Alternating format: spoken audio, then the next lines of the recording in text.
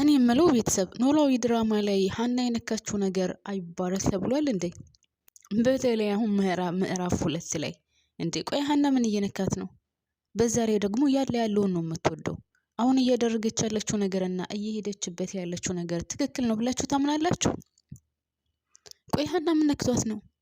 ቤተሰብ ሀና ምን ነክቷት ነው? እኔ በጣም እያናደደችኝ ነው። አልገባኝም። ምን ማለት ነው? አስረዱኝ እያለች ከጀመሩ ጀምራ አሁን እሷ የነካችው ሁሉ በትንትኑ እየወጣ ነው። ቆይ ደግሞ ቤተሰቦቿ እንደዛ ተቸግረው ምንም በሌላቸው ሰዓት አሁንም ምንም አላቸው እያልኩኝ አይደለም። የዕለት ጉርስ የሚጎርሱበት ባጡበት ሰዓት እዛ በሆን ይሻለኛል፣ ከዚህ መሆን አልፈልግም፣ ለኔ ነፃነት ወይም ለኔ ጥሩ ህይወት የሚኖረኝ አባቴ ጋር ስኖር ነው ብላ ነበር አይደለ? አሁን ደግሞ ተመልሳ ወደ ቤተሰቦች እሄዳለሁ ማለቷ ምን ማለት ነው? የአባቷንስ ህይወት መበጥበጧስ ተገቢ ነው? ቆይ ሀና ምን አስባ ነው? ቤተሰብ ኧረ በስመ አብ! እኔ እውነት በጣም ነው ያስጠላችኝ። አላቅም። እናንተ ይሄንን ነገር አይታችሁታል? ምን ነክቷት ነው ሀና? አባቷንም አበጣብጣ እናቷንም አበጣብጣ እናቷን ወይዘሮ ሜላትን ወይዘሮ ባዩሽን ይዛባት ሄድ ኑሮ እኮ ማለቴ ወይዘሮ አስቴርን ይዛባት ሄድ ኑሮ ምናልባት ይሄ ነገር ባልተከሰተ ነበር። ምን ነው የነካችው? አልበረክት አለ ቤተሰብ። እኔ ታገኝ ግን ታይቷቸዋል። እውነት ለመናገር እኔ በጣም ነው ያናደደችኝ ሀና። አላቅም የእናንተ እይታ ምን እንደሆነ። ለማንኛውም ሰላም የኔ ምርጦች፣ እንዴት ናችሁልኝ? ሰላም ናችሁ ወይ? በያላችሁበት ሰላማችሁ በዝዝት ትረፍረፍ ይበልልኝ። ለዚህ ቻናል አዲስ ከሆናችሁ ሰብስክራይብ አድርጋችሁ የደወል ምልክቷን በመጫን ቤተሰብ ሆኖ ተቀላቀሉ፣ አበረታቱኝ። ነባር ቤተሰቦቼ ወይም ደግሞ ይህ ቪዲዮ የሚደርሳችሁ በአጠቃላይ ቪዲዮውን እስከ መጨረሻው አብራችሁኝ ተከታተሉ። ላይክ ማድረጋችሁን ደግሞ አትርሱ፣ ስወዳችሁ ማለት ነው። እና እንደኔ በሀና እየተናደዳችሁ ካላችሁና ስለ ሀና ሀሳብ አስተያየት መስጠት የምትፈልጉ እስኪ ኮመንት ላይ አስታውቁኝ፣ ወይም ደግሞ ሀሳባችሁን አካፍሉኝ ማለት ነው።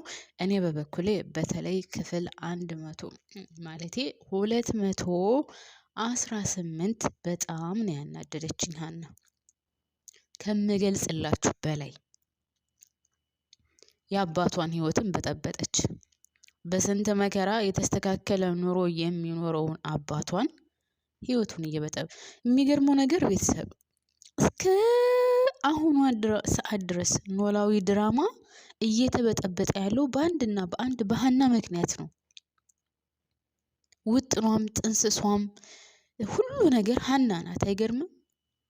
ሀና 16 ዓመት ሙሉ ጠፋች ተብሎ ነው እንግዲህ የወይዘሮ ሜላት ህይወት ሲበጠበጥ የኖረው። ወይዘሮ ባዩሽን በህይወቷ ገብታ ስትበጠብጣት የነበረው አቶ በቃሉን በህይወቷ በሷ ምክንያት ገብቶ ሲበጠብጣት ድርጅቷ እስከ መክሰር ደረጃ እንዲደርስ ያደረጋት በሀና ምክንያት ነው። ለዚህ ሁሉ ችግር፣ ለዚህ ሁሉ ውጣ ውረድ፣ ለዚህ ሁሉ መከራ ሲቃይ ወይዘሮ ሜላት ያየችበት አንድና አንድ ምክንያቷ እኔ አሁን ሳስበው ወደኋላ መለስ ብዬም ነገሮችን ሳያቸው ሀና ናት። አይገርምም? በቃ ዋና ምክንያቷ ሀና ናት። ቤተሰብ በጣም ነው የገረመኝ። እስኪ እናንተም ወደኋላ መለስ ብላችሁ እዩት፣ አስታውሱት። ከምዕራፍ 1 ጀምሮ እስካሁን ባለው ሰዓት እንደዚህ እየገለባበጠችና እየመሰቃቀለችው ያለችው ሀና ናት። አሁንም ቢሆን ወይ ከወላጆቿ አጸና ወይ ከአቶ ኖላዊ አትሆን የአቶ ኖላዊንም ህይወት በጠበጠችው። መጣላት የማይገባቸውን 2 ፍቅረኛሞች ወይም ባለትዳሮች እየበጠበጠች እያጣላች ነው ያለው። ሁላችንም እንደምናውቀው አቶ ኖላዊ በሀና ጉዳይ ድርድር አያውቅም። ከእናቱ አስበልጦ እንደሚወዷት ነው የሚያሳየው። ግን በመካከላቸው ገብታ አሁን መሆን በሌለበት ሰዓት ሲጀመር ጭንቅላት ያለው ሰው አንዲት እርጉዝ ሴት ልትወልድ የተቃረበችን ሴት ማንም እንደሌላት ታውቃለች። እህት የላት፣ ወንድም የላት፣ በቅርብ ዘመድ የላት፣ ጓደኛ የላት፣ ማንም የላት ማለት ታውቃለች።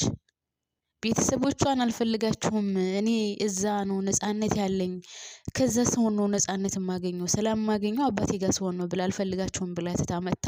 አሁን ደግሞ እቺ ልጅ መውለጃዋ ሲቃረብ እርግዝናዋ እየገፋ ሲመጣ አይ ቤተሰቦቼ ይሻሉኛል እነሱ ይበልጡብኛል ብሎ መሄዱ ምን ይሉታል? እናንተ ምን ትሉታላችሁ? ቤተሰብ እንዴት ታዩታላችሁ? አሁንም እኮ የራሷን የወላጆቿን ቤተሰብም የአቶ ኖላዊንም ህይወት እየበጠበጠች ያለችው በጣም በሚያሳዝን ሁኔታ ሀና ናት። የሆነ ነገርማ እኔ እንጃ፣ እኔ ምን እንደምላት አላቅም። ብቻ እውነት ደራሲው ምን አስቦ እንደሆነ አላቅም። በዚህ ልክ ሀና ቅጥ ያጣች በጣም የምታስጠላ በቃ የተወደደችውን ያክል አክትፍ እንድትባል ያደረጋት ለምን እንደሆነ አላቅም። እኔ ብትወጣ ራሱ በጣም ደስተኛ ነኝ። በነገራችን ላይ ቤተሰብ ከዚህ ድራማ ላይ ሀና ብትወጣ እኔ የሀናን ጥቅም እስካሁን ድረስ ምንም ያየሁት ነገር የለም ከማበጣበጥ ውጪ።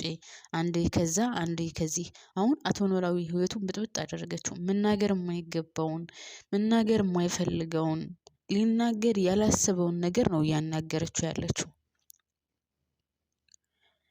በዘመኑ አጋጥሞት የማያውቀውን የሚጸልይበትን የሚፈልገውን ነገር አግኝቶ እንዳይደሰት ደስታውን እንዳያጣጥም ነው እያደረገችው ያለችው። ትክክለኛ ሰው ግን ወይም ጭንቅላቱ በትክክል የሚያስብ ሰው እንደዚህ ያደርጋል ብዬ አላስብም። ቤተሰብ ማርያምን እንደዚህ አያደርግም።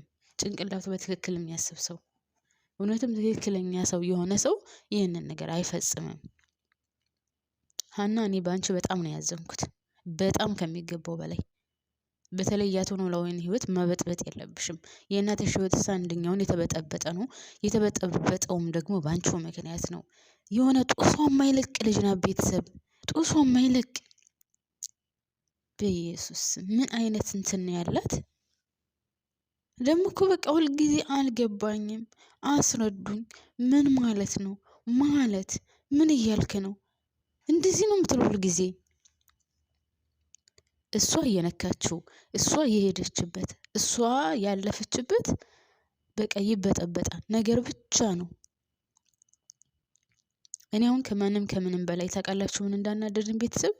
የአቶ ኖላዊና የፋኖስ መጣላት። አቶ ኖላዊ በሀና ተደርቦ ወይም ሀና ለምን ተነካችብኝ ብሎ ፋኖስን እንደዛ ከፍ ዝቅ አድርጎ መናገሩ አስባችሁታል? ለዛውም ነው ያላት እኮ አንቺ ብቻ አይደለሽም በሆድሽ ያለው ጽንስ ራሱ ሳይቀር በሀና ከመጣችሁብኝ በጭራሽ አልደራደርባችሁም ነው ያለው። እንግዲህ አስባችሁታል? የራሱን ደሙን ማለት ነው ደሙን ድረስ እንድናገር ነው ያደረገችው። እና አይሩን ነው ሀና እኔ አቶ ኖላዊ ምን ያክል እንደሚወዳት በጣም የሚገርም ነው። የሚገርም ያኔ ወላጅ አባት እንኳን አንዳንድ ጊዜ ታውቃላችሁ አሁን በዚህ ዘመን ገንዘብ ሆኗል ሁሉም ሰው የሚወደው። ገንዘብ ከሌላችሁ ገንዘብ ካጣችሁ ድሃ ከሆናችሁ ወላጅ እናትም ወላጅ አባትም አይፈልጋችሁም። ከጊዜው አንፃር ማለት ነው። በጣም ብዙ ቤተሰብ እያየን ነው። እና ግን በዚህ ልክ የራሱን ደሙን እስከሚሳደብ እስከሚከዳ ድረስ ከፈለግሽ በሆድሽ ያለውን ጽንስም ይዘሽ መሄድ ትችያለሽ። ሀናን በእናቴም አልደራደርባትም፣ በሷ የተነሳ እናቴንም እንኳን ብትሆን በመካከላችን አላስገባም ነው ያለውና ምን ያክል በወዳት ነው ግን እናንተ ምን ያክል ውስጡ ለሀና ታማኝ ቢሆን ነው? ምን አይነት ቃልስ ቢገባላት ነው አቶ ኖላዊ ለሀና በዚህ ልክ እንደዚህ የሆነላት? ታድላ ማርያምን ማለቴ በሱ በአቶ ኖላዊ ልብ ውስጥ ያላት ቦታ በጣም የሚገርም ነው። ግን ለሀና ይገባታል ወይ ካላችሁኝ እኔ በበኩሌ ለሀና ይገባታል አልልም። እሷ ከምታደርገው አንፃር እሱ በእሷ ምክንያት እንደዚህ እየተጣላ ከፋኖስ ጋር ይህን ያክል ተነጋግሮ የማያውቀውን እስከዛሬ ድረስ በሰላም የኖረውን አሁን በሷ ምክንያት ፋኖስን እንድትቀይም አድርጓታል። ፋኖስ እንደዛ ማለቷ ተገቢ ነው እያልኩኝ አይደለም። ያው ብቻዋን ስለሆነች ስለከፋት ሀናን ስለምትወዳት ሀናን ስላቀረበቻት ይሆናል እንደዛ ያለችው። ግን ማንም በሌለኝ ሰዓት መሄድ አልነበረባትም። ልጅ ስላልሆነች ነው። የወለድካት ብትሆን ኑሮ እንደዚህ አታደርግም ነበር ማለት ነበረባት ወይ ካላችሁኝ፣ አዎ መጀመሪያውኑ ጥፋተኛዋ እሷ ናት። ሀና የመሄድም የመቀመጥም መብት አላት፣ መብቷ ነው። ማንም አይነፍጋትም። ያደረገችው ነገር ልክ ነው እያልኩኝ አይደለም። ግን ነገር ግን ፋኖስም ብትሆን አቶ ኖላዊን እንደዛ መናገር አልነበረባትም። ልጅህ ባትሆን ነው እንጂ ልጅህ ብትሆን ኑሮ እንደዚህ አታደርግም። ስለዚህ የራስህ ደምህ ነው የሚሻለክ የወለድካት ማለቴ የራስህ ደምህ የሆነ ነው የሚሻለው። እሷ ደምህ አይደለችም፣ ብታሳድጋትም ልጅህ አይደለችም። ለዛም ነው ትታህ የሄደችው ወይም እኔን ትታኝ ሄደችው ያለችው። እንደዛ ማለት አልነበረባትም። ያው አንዳንድ ጊዜ የምንወደውን ሰው ላለማጣት ወይም የቀረብነውን ሰው ላለመራቅ ማንም እንደሌለን ስናቅ ከጎናችን እንዳይጠፋ ስንፈልግ የማይሆን ቃላቶችን እናወጣለን። አዎ መጀመሪያ ተሳስታለች። እኔ አልተሳሳተችም አላልኩም። ፋኖስ ተሳስታለች። እንደዛ መናገር አልነበረባትም። የመሰላትን ተናግራለች።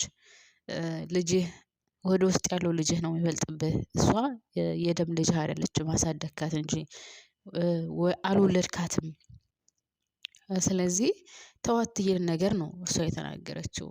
አዎ ያበሳጫል። እውነት ለመናገር እኔም በአቶ ኖላዊ ቦታ ብሆን ያበሳጨኛል። ፋኖስ እንደዚህ መናገር አልነበረባትም። ግን ቢሆንም ደግሞ በዚህ ልክ ነገሮች መበላሸት አልነበረባቸውም። ሲቀጥል አቶ ኖላዊ አስጠንቅቋታል። እኔ በሀና ጉዳይ በጭራሽ አልደራደርም።